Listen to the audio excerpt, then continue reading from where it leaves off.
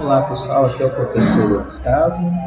Eu vou iniciar com vocês agora essa correção da lista que eu entreguei ontem a vocês e que infelizmente não vamos conseguir corrigir em sala de aula, porque a prova de vocês já é amanhã, na quinta-feira. Então vai ser um vídeo bem curto, fazer uma breve correção, vocês pegam a lista de vocês e vai acompanhando aí. Vai ajudar bastante na prova de amanhã. Essa número 1, ela se trata da segunda lei da termodinâmica. Vamos estudar esse conteúdo ainda, porém a segunda lei da termodinâmica afirma o quê? Que se você tem uma máquina térmica, essa máquina vai receber energia de uma fonte quente, parte dessa energia é utilizada para realizar trabalho ou fazer a tarefa daquela máquina em específico. E a outra parte é desperdiçada para a fonte fria, tudo bem? Isso é a segunda lei da termodinâmica. Nunca que essa fonte quente aqui vai pegar toda essa energia e vai converter tudo para trabalho. Isso nunca vai acontecer. Uma parte da fonte quente aqui, do calor quente, vai para executar trabalho, para a máquina fazer o trabalho dela, e a outra parte é desperdiçada.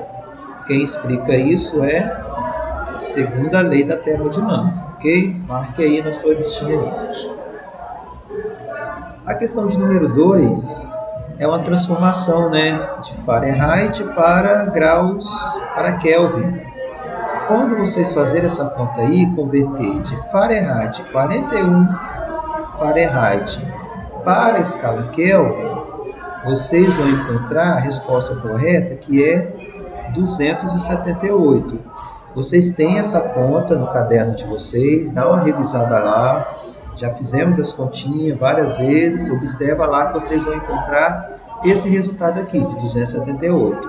Qualquer dúvida pode me mandar mensagem e eu ajudo lá, quem tiver na dúvida.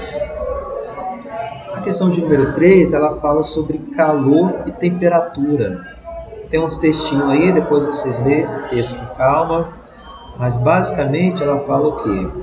Nesse texto, calor e temperatura são, então aqui o calor é energia em trânsito. O calor ele sai do mais quente e vai para o mais frio. Essa é a forma que o calor se flui, flui de um material para outro material, saindo do mais quente e indo para o mais frio. Ou, igual aqui, na figurinha aqui, eu tenho as partículas quentes se deslocando para o mais frio. Essa troca de calor que existe, elas vão se equilibrando até chegar ao equilíbrio térmico, tá? Que é esse caso aqui, É a troca de calor que está ocorrendo entre os dois corpos. Mas o calor, pessoal, sempre sai do mais quente para o mais frio. E temperatura é o grau de agitação das moléculas, certo? Então, quanto mais está agitada essas moléculas aqui, mais quente vai estar o material. E quanto menos agitado, menos quente vai estar o material. Essa é a diferença entre calor e temperatura. A questão 4 é um conteúdo que vamos estudar ainda, porém ela fala sobre o princípio de Pascal. O princípio de Pascal afirma: se você aplica uma força em um ponto, essa força é transmitida por meio da pressão, desse líquido aqui, para um outro ponto. Essa transferência de força desse ponto para este ponto aqui, faz eu deslocar um peso bem maior em relação a esse lado aqui, Dessa maneira que funciona nos elevadores, nas oficinas. A mesma coisa funciona no freio também. O motorista pisa no freio, ele vai aplicar uma força aqui e parte dessa força vai ser transmitida para a roda. Isso é o princípio de Pascal. Aqui eu aplico uma força menor e aqui eu vou ter uma força bem maior. Mesma coisa aqui, aplico uma força menor e aqui eu vou ter uma força bem maior. Mas vamos aprender isso aí mais adiante, tá? Mais detalhado.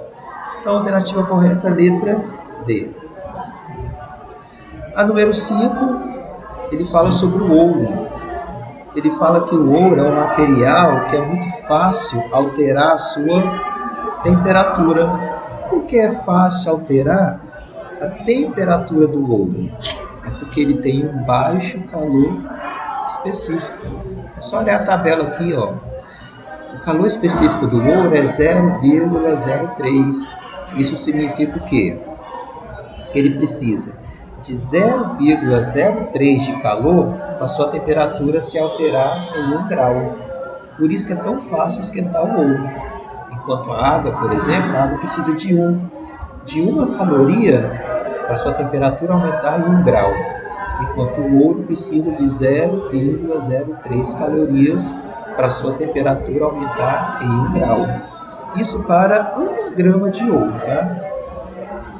Então, por isso, ó, a facilidade de alterar a sua temperatura é porque ele tem um baixo calor específico. Só olhar a tabelinha aqui. A número 6, ele fala a temperatura da substância vai aumentar quando você passa da fusão ou quando você está na fusão ou está na vaporização. Só olhar esse gráfico aqui, ó, essa figura. De sólido para líquido, a temperatura aumenta, porque o gelo está descongelando.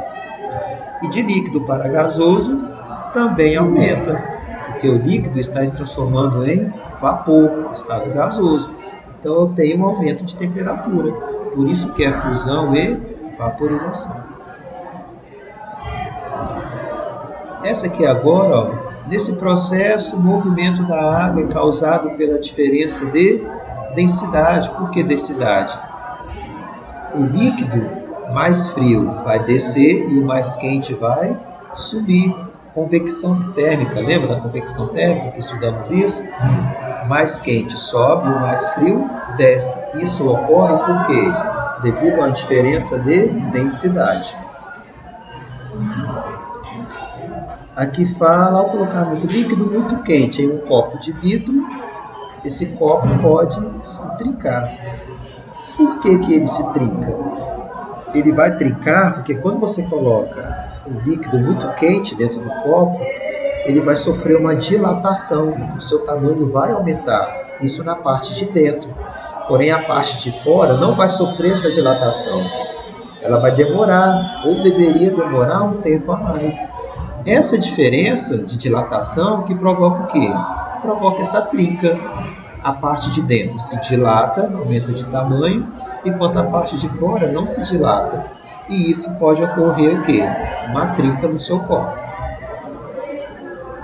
A número 9, ela fala sobre condução térmica, né? Por que condução térmica é a resposta correta? Olha aqui, ó. Quando uma pessoa segura uma latinha, o calor da sua mão vai ser transmitido para a latinha, né? Por meio do contato físico. Esse contato físico, né, que ocorre, essa transmissão de calor, é que eu chamo de condução térmica. Ó, número 10, com base nesse texto, o calor deve ser compreendido. O calor, só relembrando, é o quê? É a transferência de energia do mais quente para o mais frio. Então aqui, ó, o calor sai do mais quente para o mais frio. Então é transferência de energia com corpos que têm o quê? Diferentes temperaturas. Se eles têm diferentes temperaturas, um é mais quente, o outro é mais frio. Então, o calor sempre vai sair do mais quente para o mais frio, tá? Devido à diferença de temperatura. Se a temperatura é a mesma, o calor não flui. Eu não tenho calor fluindo. A número 11, ela fala sobre a conservação da energia, né?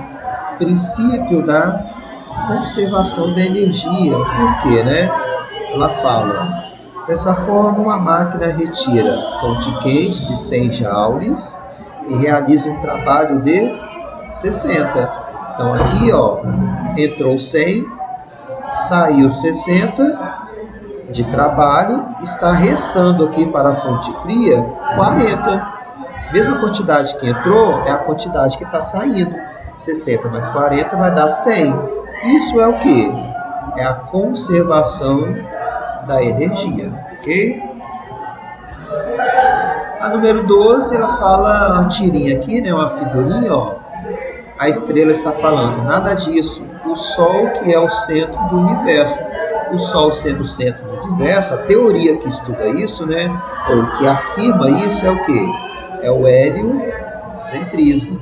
Então, a letra C. A número 13 fala sobre a diferença de onda mecânica e onda eletromagnética. Uma onda mecânica é aquela onda que depende de um meio para se propagar, igual a minha voz. A minha voz depende das partículas de ar para se propagar. Isso é uma onda mecânica. Enquanto onda eletromagnética não depende de um meio para se propagar. Tudo bem? Então, o som, onda mecânica, luz, onda eletromagnética. Por exemplo, a luz se propaga no vácuo, que é o espaço, né? Enquanto o som não se propaga no vácuo.